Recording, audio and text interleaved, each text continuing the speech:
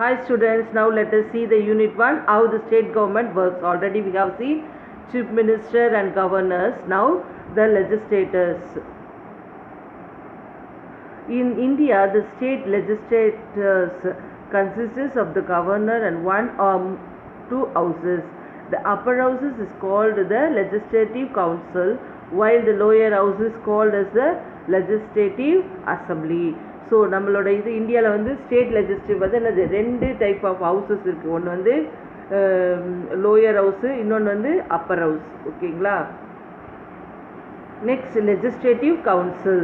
The Constitution provides that the total strength of the legislative council must not less than 40, not or than 1/3 of the total strength of the legislative assembly of the state. இங்கே என்ன சொல்ல வராங்கன்னா 40க்கு குறையாமல் legislative council members இருக்கணும்.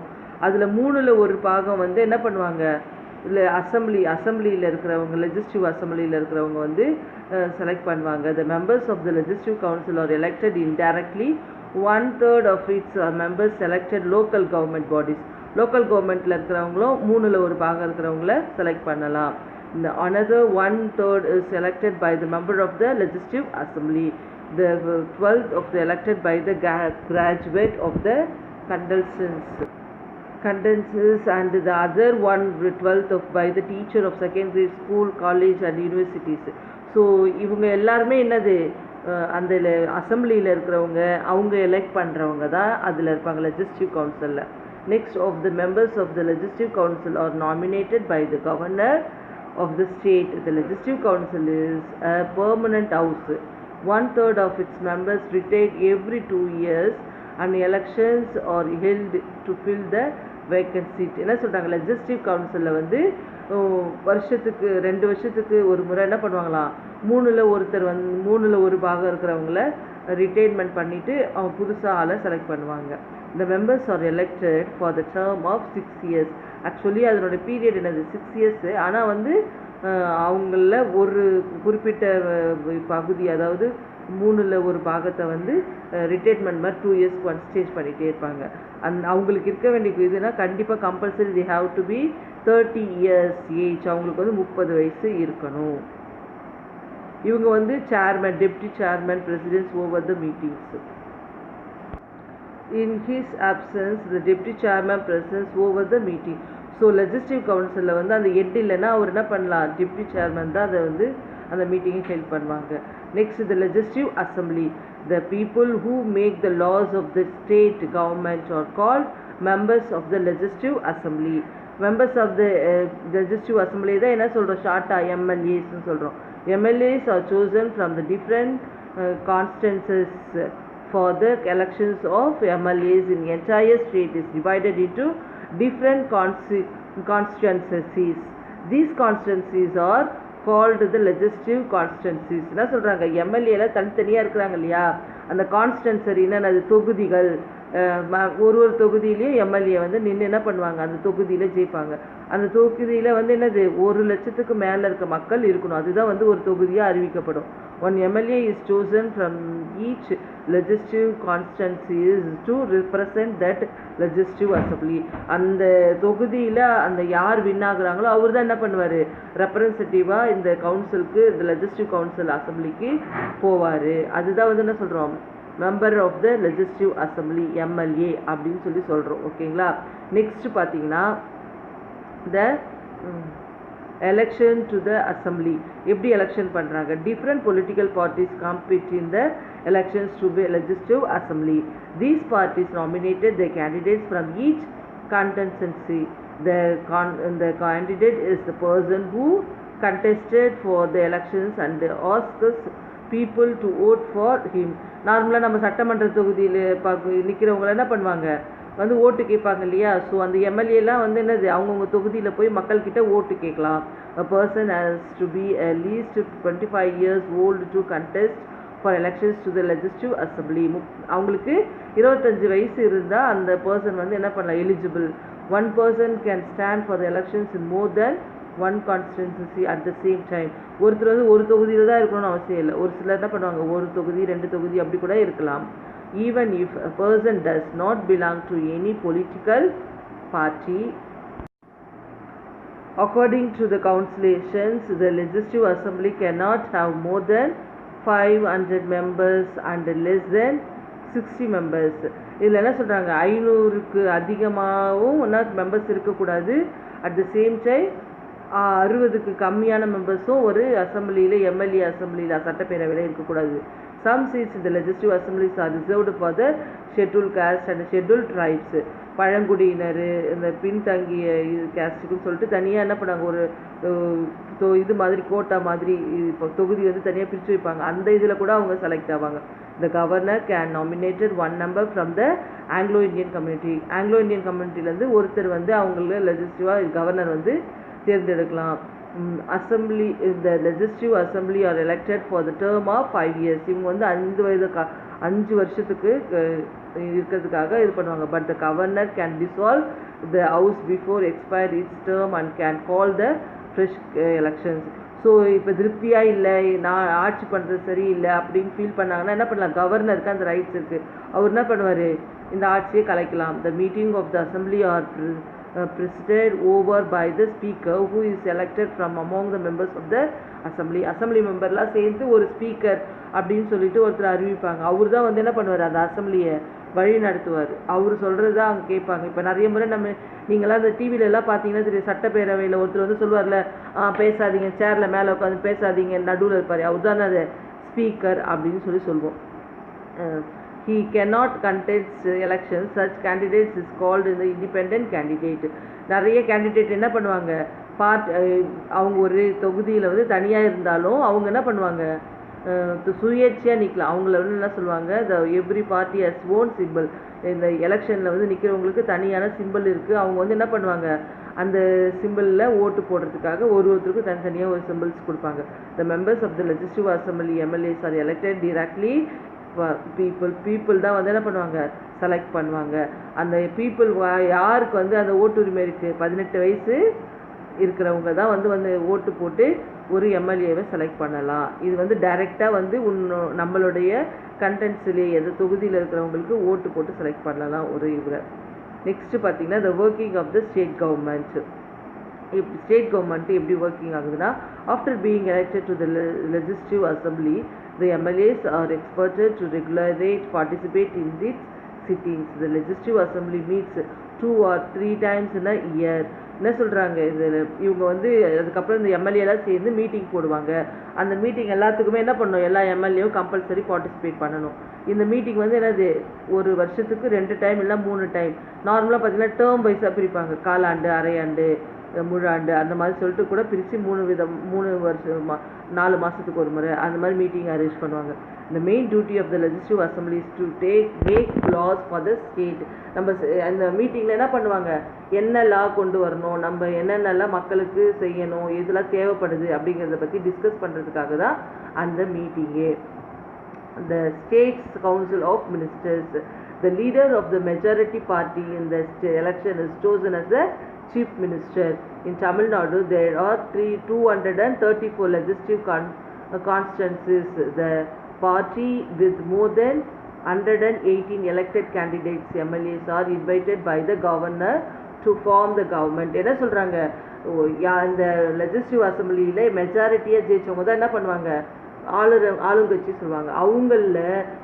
அவங்க ஒரு person select பண்ணுவாங்க இல்லையா, அவங்க தான் வந்து என்னது சீஃப் மினிஸ்டராக அறிவிப்பாங்க. ஸோ நம்ம தமிழ்நாட்டை பொறுத்த வரைக்கும் நமக்கு எத்தனை தொகுதி இருக்குது, நம்ம எத்தனை கான்ஸ்டிட்யூன்சிஸ் வச்சுருக்கோம், 234. இந்த 234 தொகுதியில் 118 தொகுதியில் வின் பண்ணி ஜெயிச்ச கேண்டிடேட்ஸ்லாம் சேர்ந்து ஆட்சி அமைக்கலாம். அவங்கள தான் வந்து என்ன பண்ணுவார் கவர்னரு, ஆளுங்கட்சியாக சொல்லிட்டு council, the state council ministers அப்படின்னு சொல்லிட்டு அவங்களுக்கு பதவி பிரமாணம் பண்ணுவார். யார் பண்ணுவார், நம்ம கவர்னர் பண்ணுவார்.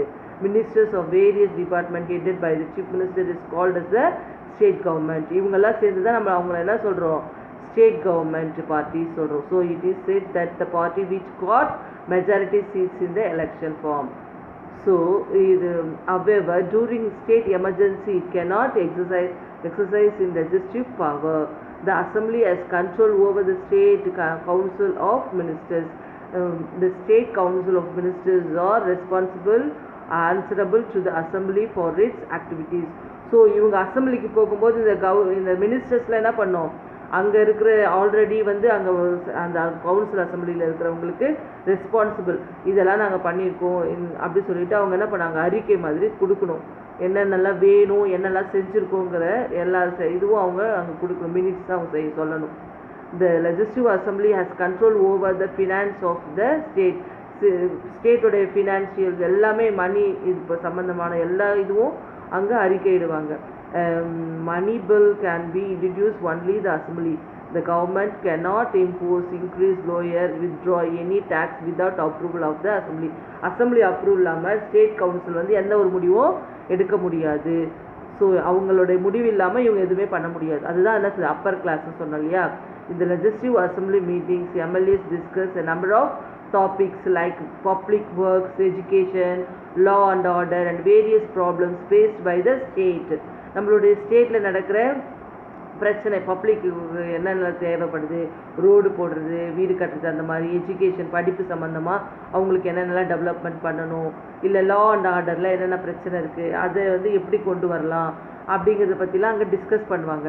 தி MLA can ask questions to know the activity of ministers which the concerned ministers have the answer. So MLA சொல்கிற கொஸ்டின்ஸ்க்கு வந்து என்ன பண்ணுவாங்க, ஆப்போசிட் டீமில் இருக்கவங்க கேள்வி கேட்பாங்க, அவங்களுக்கு பதில் சொல்லணும்.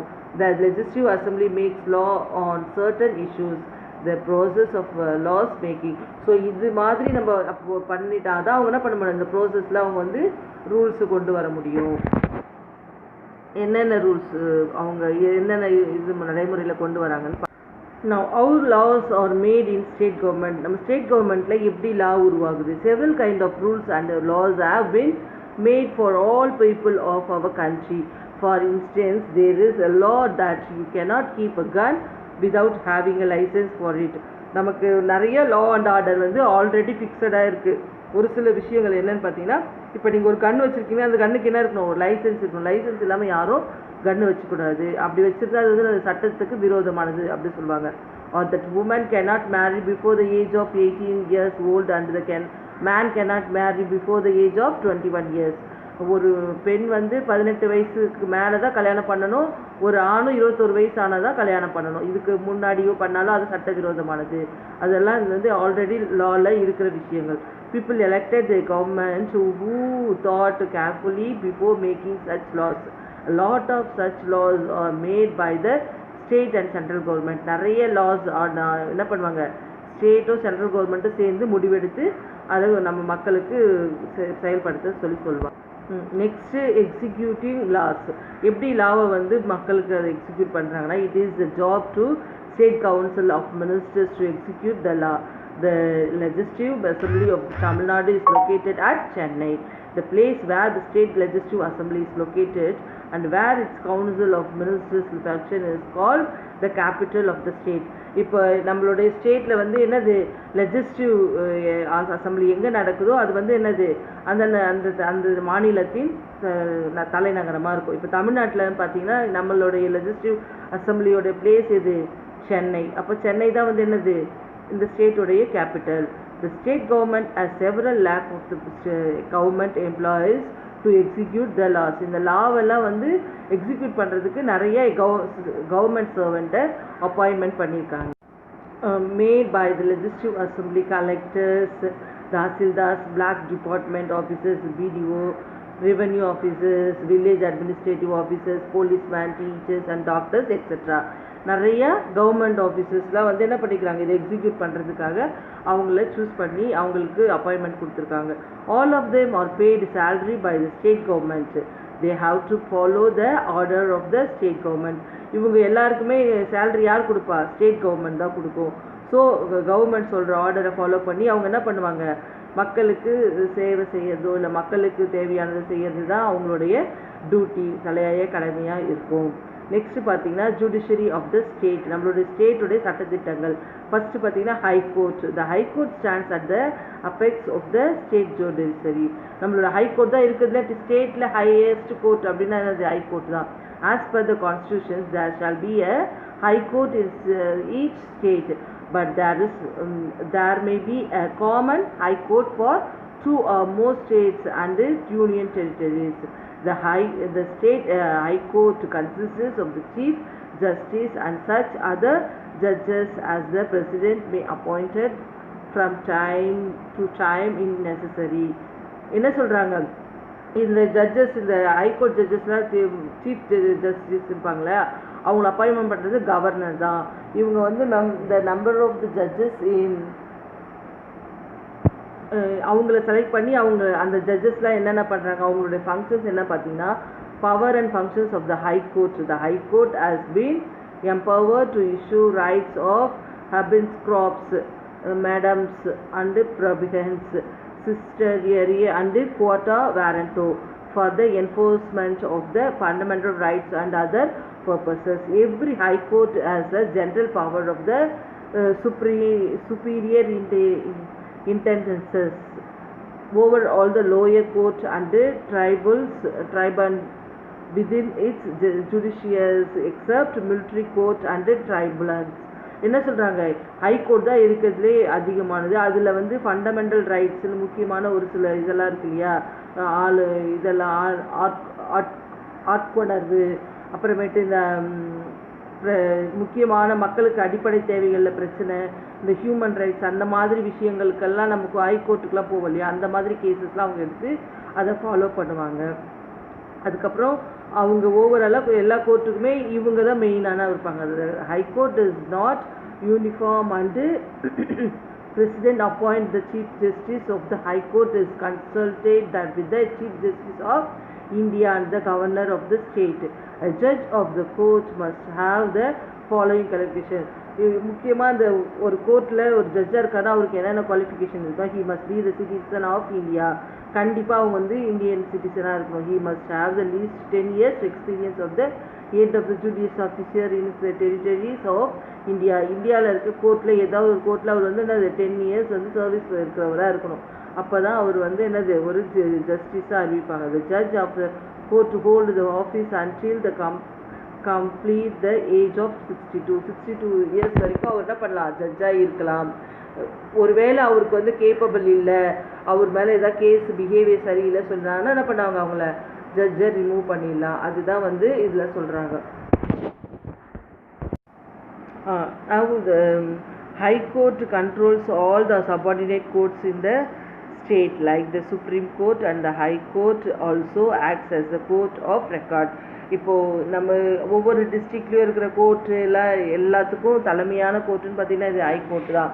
அதே மாதிரி ஹை கோர்ட்டும் சுப்ரீம் கோர்ட்டும் வந்து இந்த ரெக்கார்டட் கோர்ட், அதில் இருக்கிறது வந்து ரெக்கார்ட் பண்ண மாதிரி அதை என்றைக்கும் அழிக்கவே முடியாது. For the purpose of the judicial administration each state is divided into number of districts each under the judiciaries of the district judge.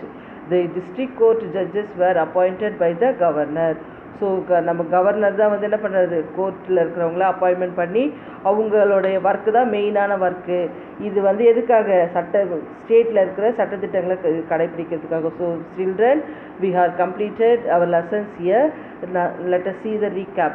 There are 29 states in our country. Every state has the government to run its own administrations.